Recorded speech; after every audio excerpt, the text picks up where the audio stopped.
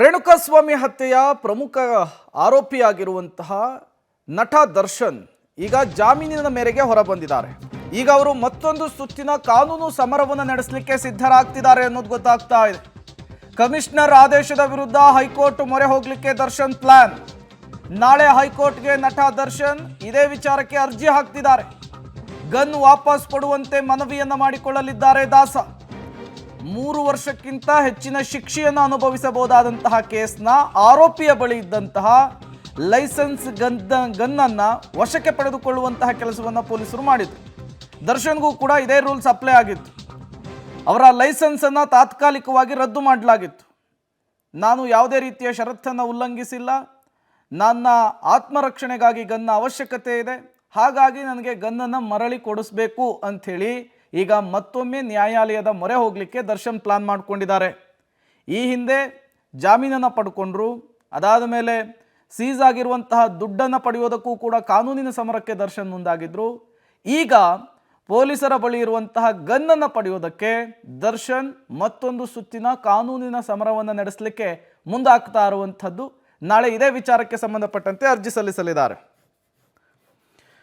ಮತ್ತಷ್ಟು ಡೀಟೇಲ್ಸ್ ಅನ್ನು ಕೊಡ್ತಾರೆ ನರಸಿಂಹಮೂರ್ತಿ, ನೇರ ಸಂಪರ್ಕದಲ್ಲಿ ಜಾಯಿನ್ ಆಗಿದ್ದಾರೆ. ನರಸಿಂಹಮೂರ್ತಿ, ಈ ಪ್ರಕರಣದಲ್ಲಿ ಮುಂದಿನ ಬೆಳವಣಿಗೆಗಳನ್ನು ಏನು ನಿರೀಕ್ಷೆ ಮಾಡಬಹುದು ಅಂಥೇಳಿ? ಪೊಲೀಸರು ಈಗ ಗನ್ನನ್ನು ವಶಕ್ಕೆ ಪಡೆದುಕೊಂಡಿದ್ದಾರೆ. ಅದು ನನಗೆ ಬೇಕು ಅಂಥೇಳಿ ದರ್ಶನ್ ಮನವಿಯನ್ನು ಸಲ್ಲಿಸ್ಕೊಳ್ತಾ ಇದ್ದಾರೆ. ಹಾಗಾಗಿ ಏನೆಲ್ಲ ಬೆಳವಣಿಗೆಗಳನ್ನು ನಿರೀಕ್ಷೆ ಮಾಡಬಹುದು ಅಂತ?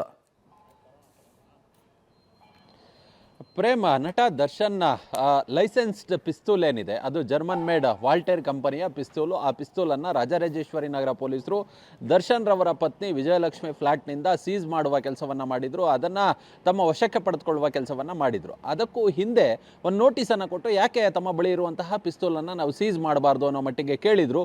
ಅದಕ್ಕೆ ದರ್ಶನ್ ಕಡೆಯಿಂದ ಉತ್ತರವನ್ನು ಕೊಟ್ಟಿದ್ದರು. ಆದರೆ ಕಮಿಷನರ್ ಅವರ ಪದತ್ತವಾದಂತಹ ಅಧಿಕಾರ, ಅಂದರೆ 3 ವರ್ಷಕ್ಕಿಂತ ಹೆಚ್ಚಿನ ಸಜೆಯುಳ್ಳಂತಹ ಪ್ರಕರಣಗಳಲ್ಲಿ ಯಾರಾದರೂ ಭಾಗಿಯಾದಂತಹ ಸಂದರ್ಭದಲ್ಲಿ ಕಮಿಷನರ್ ಯಾರಿರ್ತಾರೆ ಅಂಥವರು, ಯಾರು ಗನ್ ಹೋಲ್ಡರ್ ಇರ್ತಾರೋ ಅಂಥವರ ಲೈಸೆನ್ಸನ್ನು ಅಮಾನತ್ನಲ್ಲಿಡ್ಬೋದು ಮತ್ತು ಗನ್ನನ್ನು ಸೀಸ್ ಮಾಡುವ ಅಧಿಕಾರ ಇರುತ್ತೆ. ಇದರ ಆದೇಶದ ಮೇರೆಗೆ ಗನ್ನನ್ನು ಸೀಸ್ ಮಾಡುವ ಕೆಲಸವನ್ನು ರಾಜರಾಜೇಶ್ವರಿ ನಗರ ಪೊಲೀಸರು ಮಾಡಿದರು.